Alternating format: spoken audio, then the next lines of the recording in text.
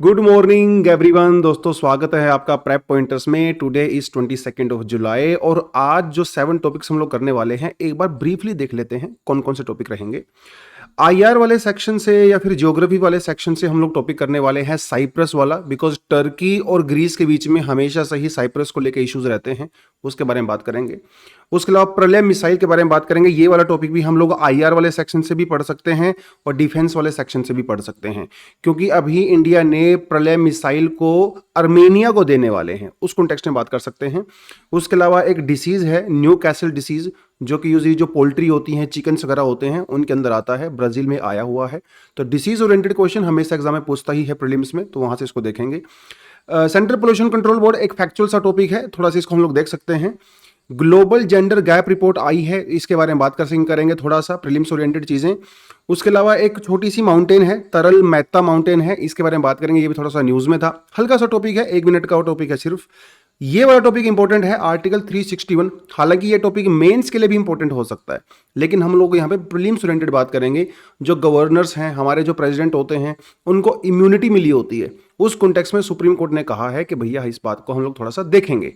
तो ये टॉपिक काफी ज्यादा इंपॉर्टेंट है पॉलिटी वाले सेक्शन से। चलिए, तो वेट नहीं करते हैं, सीधा करते हैं काम की बात। और पहला टॉपिक यहाँ पे आता है साइप्रस का। देखिए, साइप्रस की अगर आप थोड़ा सा लोकेशन देखोगे ना, इसकी ज्योग्राफी देखोगे, थोड़ी सी कंफ्यूजिंग मतलब इंटरेस्टिंग भी है, कॉम्प्लेक्स भी है। जैसे यहाँ पे आप ये जो थोड़ा सा ग्रे लाइन ये जो बीच में दिख रही है, वैसे इसे ग्रीन लाइन बोलते हैं। यहाँ पे ग्रीन कलर की दिखा नहीं रखी है, बट वैसे इसको ग्रीन लाइन बोलते हैं। ये जो आप यहाँ पे देख रहे हो, ये एक बफर जोन है between north part of Cyprus and the southern part of Cyprus, और ये यूनाइटेड नेशन के द्वारा डिसाइड किया गया है। तो यहाँ पे बेसिकली बफर जोन है। नीचे वाला जो पार्ट है, सदर्न वाला पार्ट है, ये आता है ग्रीस के अंडर में, और जो नॉर्थ वाला पार्ट है वो है टर्की के कंट्रोल में। इंटरेस्टिंगली जो येलो पार्ट आपको यहाँ पे नजर आ रहा होगा, ये देखिए जरा, बीच बीच में येलो येलो नजर आ रहा है, ये ब्रिटेन के कंट्रोल में है। तो साइप्रस की जो ज्योग्राफी है, इसकी हिस्ट्री, इसकी पॉलिटिक्स थोड़ी सी कॉम्प्लेक्स है। ग्रीस और टर्की के बीच में जो है काफी ज्यादा गर्म माहौल यहां पे बनता है। ये इशू जनरेट कैसे हुआ, थोड़ा सा आपको मैं बताता चलूं। देखिए, 1974 में साइप्रस के ऊपर टर्की ने अटैक किया था। इससे पहले अगर हम लोग बहुत पुरानी बात करें, 2000 साल पहले धीरे धीरे ग्रीस से लोग, जो ग्रीक लोग थे, वो यहां पे आने लगे और यहां पे आके सेटल हो गए। बाद में यहाँ पे अलग अलग तरह के लोग आए, Assyrians, Egyptians, Persian, Roman, Ottoman वगैरह बहुत सारे लोग यहाँ पे आए। फिर आया ब्रिटेन का जमाना। 1878 में ब्रिटेन ने इसको कैप्चर कर लिया, इसको अपनी कॉलोनी बना लिया। 1960 में इसको इंडिपेंडेंस मिला। जब इसको इंडिपेंडेंस मिला तो यहाँ पे टर्की ओरिजिन के भी बहुत सारे लोग रहते थे और ग्रीस ओरिजिन के भी बहुत सारे लोग रहते थे, जो यूजुअली क्रिश्चियनिटी को फॉलो करते हैं। जो टर्की से थे वो ज्यादातर इस्लाम को फॉलो करते हैं। हालांकि यहाँ पे ज्यादा रिलीजियस इशू है नहीं, ज्यादातर यहाँ पे पॉलिटिकल इशू है। 1974 में, क्योंकि जो साइप्रस का नॉर्थ वाला पार्ट है, यहाँ पे टर्की एथनिसिटी के लोग ज्यादा रहते हैं, ग्रीस वाले भी बहुत रहते हैं, ऐसी बात नहीं है। तो 1974 में टर्की ने इसके ऊपर अटैक किया और उसके बाद इन दोनों के बीच में एक वॉर हुआ। और उस वॉर में जो है, जो आज सिचुएशन बनती है वो यही है कि इसका कोई रेजोल्यूशन निकला नहीं। नॉर्थ की तरफ टर्की सेटल हो गया, साउथ को जो है आज भी ग्रीस कंट्रोल करता है, और जो बीच वाली लाइन है वो बफर जोन है, जो कि यूनाइटेड नेशन ने उसको कंट्रोल किया हुआ है। नाउ अब देखिए जरा, जो इसका नॉर्थ वाला पार्ट है, ये किसी भी कंट्री के द्वारा, स्पेशली हम तो यूएन की बात करेंगे, यूएन के द्वारा रिकॉग्नाइज्ड नहीं है। लेकिन जो साउथ वाला पार्ट है, जो कि ग्रीस का पार्ट है, ये रिकॉग्नाइज किया गया है यूनाइटेड नेशन के द्वारा, अमेरिका के द्वारा, यूरोप के द्वारा। इवन जो साइप्रस है ना, वो यूरोपियन यूनियन का पार्ट भी है। तो ये चीज भी यहाँ पे इंपॉर्टेंट हो जाती है। और यूरो करेंसी भी यहाँ पे चलती है। तो वो सब चीजें यहाँ पे बेसिकली हैं। तो बहुत लंबे समय से इनके बीच में इशू चल रहा था, और अभी टर्की ने ये कहा है कि भैया हम लोग 2 स्टेट सॉल्यूशन को एक्सेप्ट करते हैं। मतलब जो हुआ सो हुआ, अभी नॉर्थ वाला हिस्सा हमारा, साउथ वाला हिस्सा तुम्हारा। लेकिन इसको कर दिया गया है रिजेक्ट, क्योंकि जो ग्रीस एथनिसिटी के लोग वहां पे रहते हैं साइप्रस में, उनका कहना है भाई ये तो सारा हमारा ही है ना, आप इसको काहे ले रहे हो, हम तो यहाँ पे हजारों साल से रह रहे हैं, आप कौन होते हो यहाँ पे आके कैप्चर करने वाले। वो सिचुएशन जो है यहाँ पे बन रही है। उस कॉन्टेक्स्ट में साइप्रस जो है वो न्यूज में था। अभी थोड़ा सा इसको आपकी लोकेशन वगैरह को पता होनी चाहिए ज्योग्राफी वाले पर्सपेक्टिव से। जब भी इस तरह का कोई आइलैंड, कोई कंट्री, कोई रीजन, कोई स्पॉट न्यूज में होता है किसी भी रीजन की वजह से, ज्योग्राफी वाले सेक्शन से सवाल आता ही आता है, ये जानना बहुत जरूरी है। तो ये एक ईस्टर्न मेडिटेरेनियन सी के अंदर में पड़ता है। आपको ऐसे मैं लोकेशन दिखा देता हूं, ये देखिए जरा, ये पूरा मेडिटेरेनियन सी है और यहां पे पड़ता है आपका साइप्रस। ऊपर यहां पे आपको टर्की नजर आ रहा होगा, यहाँ पे सीरिया है, इधर आपका इजराइल है, ये लेबनान है, नीचे है इजिप्ट, और अगर आप थोड़ा सा आगे जाओगे यहाँ पे तो एजियन सी आपको देखने को मिल रहा है, आयोनियन सी आपको देखने को मिल रहा है, राइट। तो ये तो थोड़ी इसकी लोकेशन वाइज हो गया, लेकिन आपको तो प्रॉपरली याद करना ही पड़ेगा इसको। वो क्या करेगा एग्जाम में आपसे, ईस्ट की जगह पे वेस्ट दे देगा, वेस्टर्न मेडिटेरेनियन सी, ये आपने ध्यान रखना है लोकेशन। इसके नॉर्थ में टर्की है, सीरिया और लेबनान इसके ईस्ट में है, इजिप्ट इसके साउथ में है और ग्रीस इसके नॉर्थ वेस्ट में है, ये आपने याद रखना है इसको। लेकिन एक बहुत बड़ा रीजन ये भी है कि ये जो साइप्रस के आसपास का जो एरिया है, यहाँ पे काफी ज्यादा नेचुरल गैस रिसेंटली डिस्कवर की गई है, तो टर्की चाहता है भैया नेचुरल गैस उसको मिले, वो सारी चीजें भी यहाँ पे हो रही हैं। और साइप्रस की इकोनॉमी जो है ज्यादातर वो टूरिज्म बेस्ड इकोनॉमी है, सर्विस बेस्ड इकोनॉमी है। साइप्रस को आप एक टैक्स हेवन कंट्री भी कह सकते हो एक तरह से, और 2044 के अंदर ये यूरोपियन यूनियन का मेंबर भी बन गया था, तो वो थोड़ा सा उस कॉन्टेक्स्ट में आपको इसको याद रखना है। तो इतना ही काफ़ी होता है प्रीलिम्स के लिए, इतनी इन्फॉर्मेशन भी अगर आप याद कर लो तो आपको एग्जाम में 2 नंबर मिल ही जाएंगे। एनीवेज, एक और इंटरेस्टिंग चीज़ जो कि जियोपॉलिटिक्स के हिसाब से तो इंपॉर्टेंट है ही, और इंडिया के एक्सपोर्ट सेक्टर के हिसाब से भी बहुत इंपॉर्टेंट है।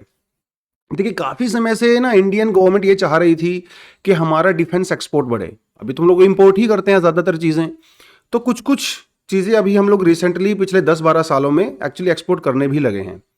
एक प्रलय मिसाइल है, ठीक है। अर्मेनिया और अजरबैजान, इन दोनों के बीच में बहुत सारी इश्यूज चलते हैं, अभी भी चल रहे हैं, बहुत समय से चल रहे हैं। ज्यादातर जो अजरबैजान है वो उसको टर्की सपोर्ट करता है, और अर्मेनिया को ज्यादातर रशिया एक तरह से ज्यादा सपोर्ट करता है। वो उनका एक हिस्टोरिकल बैकग्राउंड है, उसमें हम लोग ज्यादा नहीं जाएंगे, लेकिन यस, दोनों के बीच में लड़ाई चलती रहती है। और रिसेंटली ये हुआ कि अजरबैजान ने कुछ बहुत पावरफुल मिसाइल्स वो ली थी, कहां से, इजराइल से। ये भी बड़ी इंटरेस्टिंग चीज है, अजरबैजान ने कुछ मिसाइल लिया इजराइल से। आर्मेनिया यहां पे रह गया अकेला। आर्मेनिया तो खैर रशिया से तो जो लिया है वो तो लिया ही, हो तो उनका हिस्टोरिकल रिलेशन है। आर्मेनिया ने पिछले साल इंडिया से जो हमारी पिनाकी मिसाइल है वो ली थी, और ये $250 मिलियन के आसपास की डील थी, बहुत बड़ी डील थी। सोचिए, अजरबैजान को कौन सप्लाई कर रहा है, इजराइल सप्लाई कर रहा है, जो कि टर्की के क्लोज है। आर्मेनिया को इंडिया सप्लाई कर रहा है ईरान के थ्रू मिसाइल्स। तो हम लोगों ने पहले पिनाकी दिया, और अभी हम लोग एक डील ये चल रही है दोनों कंट्रीज के बीच में कि प्रलय मिसाइल जो है इंडिया की, वो आर्मेनिया ने इंटरेस्ट दिखाया है। तो ये जियोपॉलिटिक्स का एंगल थोड़ा इस तरह से चल रहा है। हालांकि इंडिया और इजराइल आपस में बहुत अच्छे फ्रेंड हैं, लेकिन यहाँ पे हमारा कन्फ्रंटेशन तो नहीं है ना, हम तो तीसरी कंट्री के साथ डील कर रहे हैं, तो उसमें हमारे रिलेशन के ऊपर कोई फर्क नहीं पड़ने वाला है। हमारा कोई इनसे प्यार मोहब्बत नहीं है कल्चरली, हम सिर्फ एक इकोनॉमिकल डील कर रहे हैं, तो वो सब चलता है, उसमें कोई दिक्कत नहीं है। तो ये हम लोग क्या करने वाले हैं, तो बेसिकली इजराइल से अजरबैजान ने लिया था long range artillery ballistic missile, जो कि बहुत एक्यूरेट मानी जाती है, बहुत पावरफुल मानी जाती है। तो मेरे आर्मेनिया वाले परेशान हो गए, भाई इतनी पावरफुल मिसाइल इनके पास आ गया तो हमें कुछ करना पड़ेगा। तो अभी वो इंडिया से बेसिकली डील कर रहे हैं। उस कॉन्टेक्स्ट में आपको थोड़ा सा प्रलय मिसाइल के बारे में पता होना चाहिए। तो प्रलय मिसाइल एक surface to surface short range ballistic missile है। यहां से they will ask you direct question in prelims. They will replace this short term with the long term, याद रखना है। They will say surface to air, UPSC will say surface to air, but you need to remember this is surface to surface, ठीक है जी, अपने याद रखना है। What is the range, 150 to 500 kilometre. It was developed by DRDO। जो हमारी पृथ्वी missile है उसके बेसिस पे इसको बनाया गया है। देखिए, मिसाइल कई तरह की हो सकती हैं। एक मिसाइल वो होती है you launch it and you forget, it will directly hit the target अपने आप, टेंशन नहीं है। एक मिसाइल होती है जिसको आपको थ्रू आउट द जर्नी आपको उसको गाइड करना पड़ता है, कई बार वो रास्ता भी चेंज करती है बीच में, थ्रू आउट द जर्नी उसको कंट्रोल करना पड़ता है। ये जो मिसाइल है प्रलय, ये आपको through out the flight control करनी पड़ती है, और जब आप कंट्रोल करते हो तो इसकी बेटर एक्यूरेसी भी हो सकती है, क्योंकि आप इसको प्रिसाइजली टारगेट पे हिट कर सकते हो। तो ये इसकी बड़ी जबरदस्त चीज है। एक और बड़ी खास बात इसकी क्या है, ये कंप्लीटली बैलिस्टिक भी नहीं है, ये क्वासी बैलिस्टिक ट्रैजेक्टरी पे काम करती है। देखिए थोड़ा आपको बता देता हूं, जो बैलिस्टिक मिसाइल होती हैं ये उनकी ट्रैजेक्टरी होती है, ठीक है। This is the trajectory, you just launch them and you forget, they will go into the atmosphere, ठीक है, और उसके बाद under the gravity it will hit the target, वो नीचे अपने आप आ जाएगा। जो हमारी क्रूज मिसाइल होती हैं वो ऐसी होती हैं, ठीक है, they will just fly very close to the surface, very high speed, और अपने टारगेट को हिट करती हैं। एक होती है क्वासी बैलिस्टिक। क्वासी बैलिस्टिक में क्या होता है, वो पहले ऐसे सीधा जाएगी ऊपर, फिर वो फ्लैट ट्रेजेक्टरी में जाएगी, फिर से अपना रास्ता चेंज करेगी, फिर से फ्लैट जाएगी, फिर से रास्ता चेंज करेगी। ये होती है क्वासी बैलिस्टिक, और ये बहुत एडवांस मानी जाती है, क्योंकि जो दुश्मन का रडार होता है उनके लिए इसको मॉनिटर करना ऑलमोस्ट इम्पॉसिबल होता है, क्योंकि अपना रास्ता चेंज करती रहती है, कभी बैलिस्टिक हो जाएगी, कभी क्रूज, कभी बैलिस्टिक, कभी क्रूज, कभी फ्लैट, कभी कर्व में जाती है, बड़ी जबरदस्त होती है। इसलिए इसको क्वासी बैलिस्टिक मिसाइल कहा गया। This is almost impossible to predict the path of this kind of quasi ballistic missiles. ये आपने इसको याद रखना है। रशिया की एक मिसाइल है जिसका नाम है इस्कांदर एम मिसाइल। बेसिकली उसके बेसिस पे हम लोगों ने इसको बनाया था, और ये अलग अलग तरह के वॉरहेड अपने साथ लेके जा सकते हैं। ये वाला पॉइंट इतना इंपॉर्टेंट नहीं होता है, ठीक है। अपने को जो याद रखना वो यही रखना है भाई, इंडिया का जो डिफेंस एक्सपोर्ट है उसको बढ़ाने की काफ़ी समय से कोशिश चल रही थी, और अभी हम लोग उसके अंदर ही ये ऐड कर सकते हैं। डीआरडीओ के बारे में basic information, it was established in 1958, it comes under the ministry of defence. और डीआरडीओ क्या करता है, कटिंग एज जो टेक्नोलॉजी होती है, cutting edge technology means one of the most advance technology, उस पर डीआरडीओ काम करता है। And in the past also actually DRDO has developed so many kind of different missiles, अग्नि, पृथ्वी, ब्रह्मोस, जो हम लोग ने रशिया के कोलैबोरेशन करके बनाया है, आकाश, नाग, अस्त्र एंड द K-15 सागरिका जो सबमरीन है, ठीक है, ये हम लोगों ने डीआरडीओ ने बनाया, बड़ा जबरदस्त काम किया है। और लेट्स सी आगे क्या होता है। There is one more news which is coming from Brazil, and this time this is about a disease, और इसका नाम बड़ा फैंसी है, न्यू कैसल डिसीज। देखने में तो ऐसा लगता है कोई नेटफ्लिक्स की मूवी या डॉक्यूमेंट्री का नाम है, बट एक्चुअली ये डिसीज है जो कि पोल्ट्री के अंदर आता है, मतलब जो चिकन्स वगैरह होते हैं उसके अंदर आता है। एंड ब्राजील जो है वर्ल्ड का largest and the biggest chicken exporter है, और वहाँ पे डिसीज आया है, तो it can actually impact the supply of chicken through out the world. उस कॉन्टेक्स्ट में आपको याद रखना है। तो न्यू कैसल डिसीज के बारे में थोड़ा थोड़ा आपको याद होना चाहिए। What is the scientific name, avian pneumoencephalitis, ठीक है, बहुत इंपॉर्टेंट नहीं है इसको साइंटिफिक नाम को याद करना, जो जनरल नाम होता है वो ज्यादा इंपॉर्टेंट होता है एग्जाम के लिए। बहुत ही टफ अगर सवाल पूछेगा आपसे यूपीएससी, अगर वो चाहता है कि बच्चा सोल्व करे ही ना, तो वो आपसे साइंटिफिक सवाल पूछ सकता है, अदरवाइज तो जनरल आप याद रखोगे तो आपके लिए बेटर है। तो एक वायरस से फैलता है, ठीक है, और वायरस वो आरएनए वायरस होता है जी।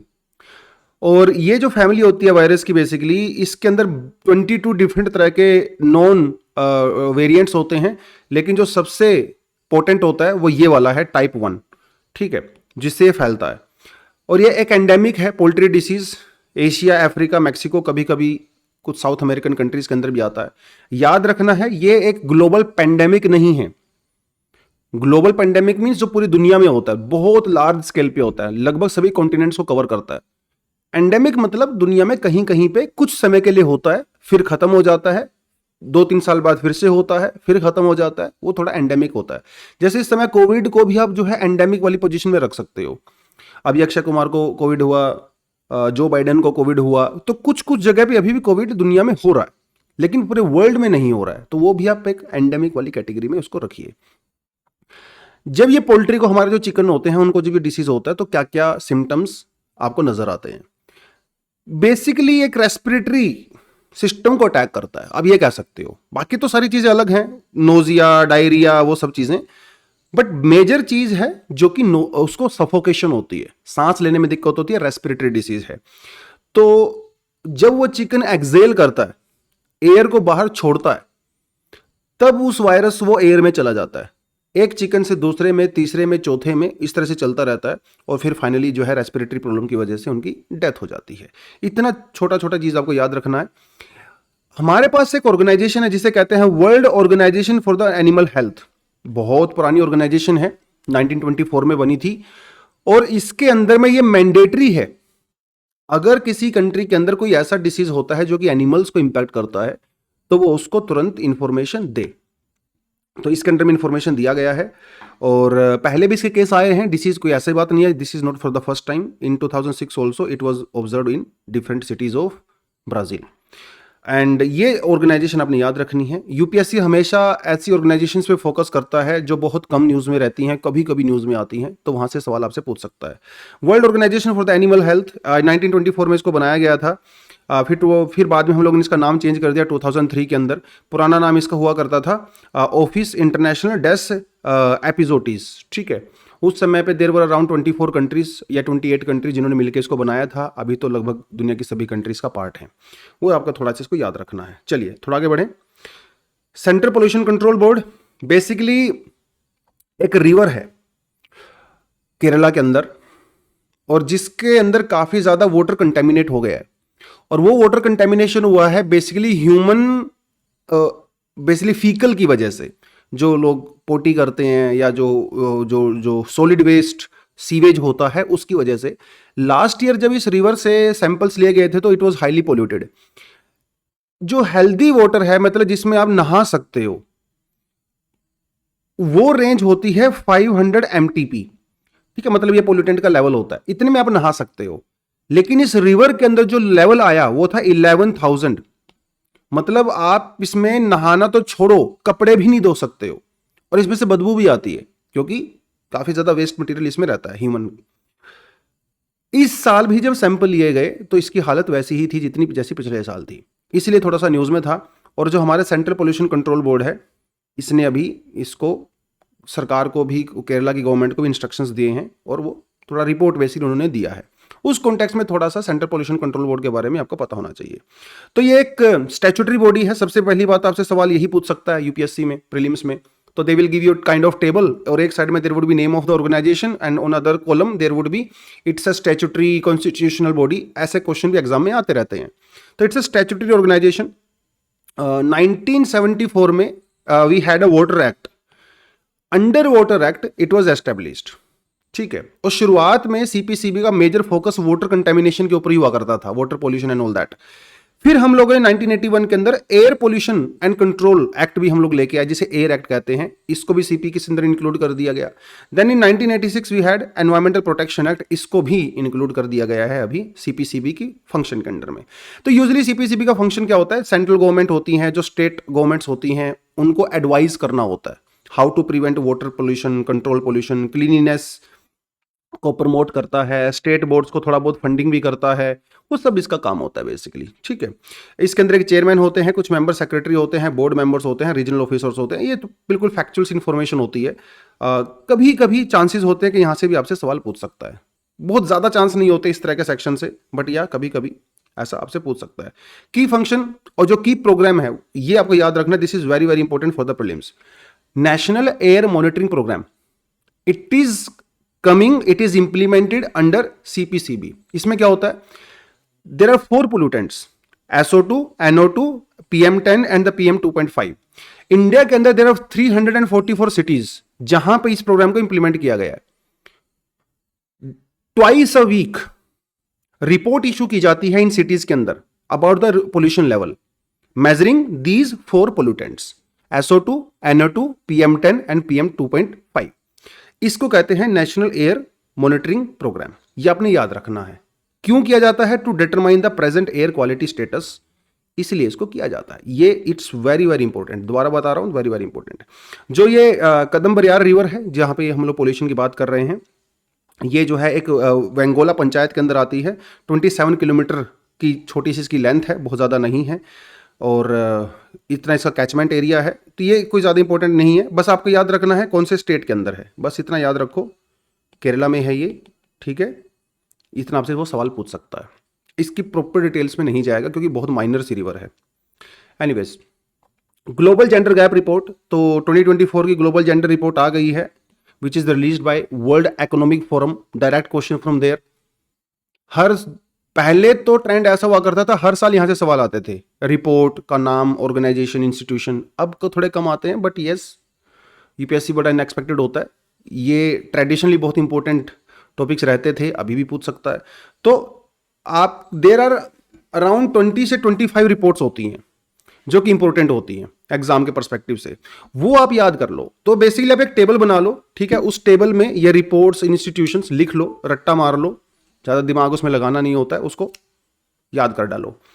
तो one out of 146 country India's rank is 129, ठीक है, थोड़ा अपने याद रखना है। जो इसमें मेजर चीज है याद करने की वो ये वाली है, कौन कौन से सेक्टर इंक्लूड किए जाते हैं, हेल्थ, एजुकेशन, इकोनॉमी और पॉलिटिक्स, ठीक है।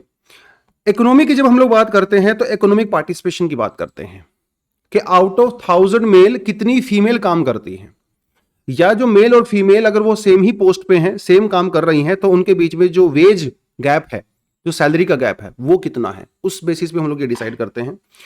एजुकेशन अटेनमेंट मतलब बेसिक जो है स्कूल एजुकेशन होती है, हायर लेवल एजुकेशन होते हैं, यहाँ पे वीमेन कितना काम करती हैं, कितना पार्टिसिपेशन करती हैं एज कंपेयर टू मेल, वो यहाँ पे पूछा जाता है।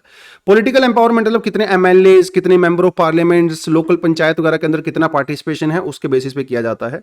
हेल्थ और सर्वाइवल मतलब लाइफ एक्सपेक्टेंसी कितनी है, सेक्स रेशो क्या है, इस बेसिस पे डिसाइड किया जाता है। इंडिया का जो रैंक कम हुआ है वो ज्यादातर एजुकेशन के लेवल पे हुआ है। देखिए प्राइमरी एजुकेशन लेवल पे तो हमारे यहाँ पे एनरोलमेंट जो है इंडिया में मेल और फीमेल का वो लगभग 100% है। लेकिन जैसे जैसे आप हायर एजुकेशन की तरफ जाते हो, आप 10th प्लस मतलब 10वीं के बाद 11th और 12th में परसेंटेज एकदम ड्रास्टिकली डिक्रीज होता है, 12th के बाद ड्रास्टिकली डिक्रीज होता है, ग्रेजुएशन के फाइनल ईयर तक जाते जाते तो वो 20-30% ही रह जाता है, फिर आप हायर एजुकेशन में जाओ उससे भी ऊपर तो और भी कम हो जाता है।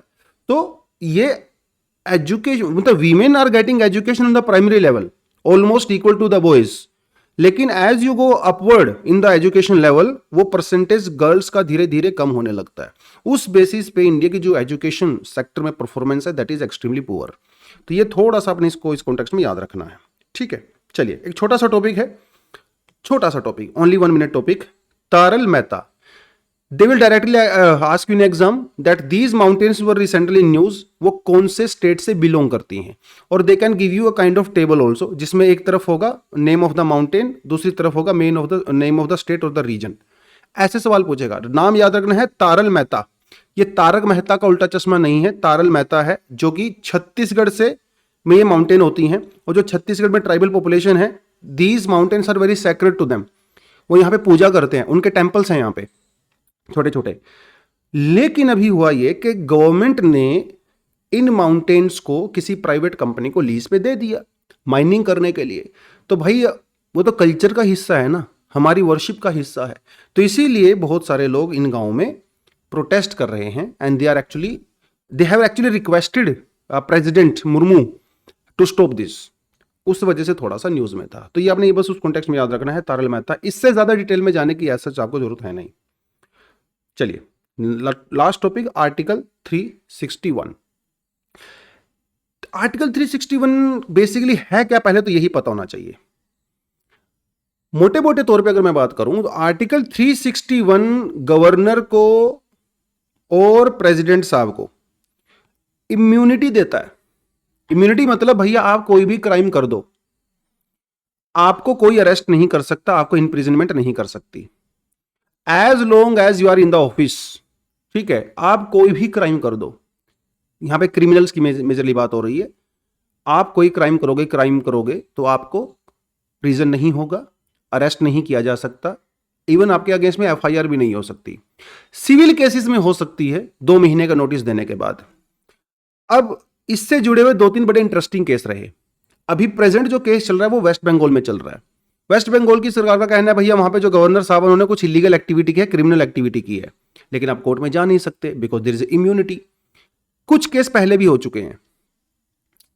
1992 में जब बाबरी मस्जिद का डिमोलिशन हुआ था तो कल्याण सिंह जी उस समय थे और उनके खिलाफ काफी केस चल रहे थे बड़े समय से।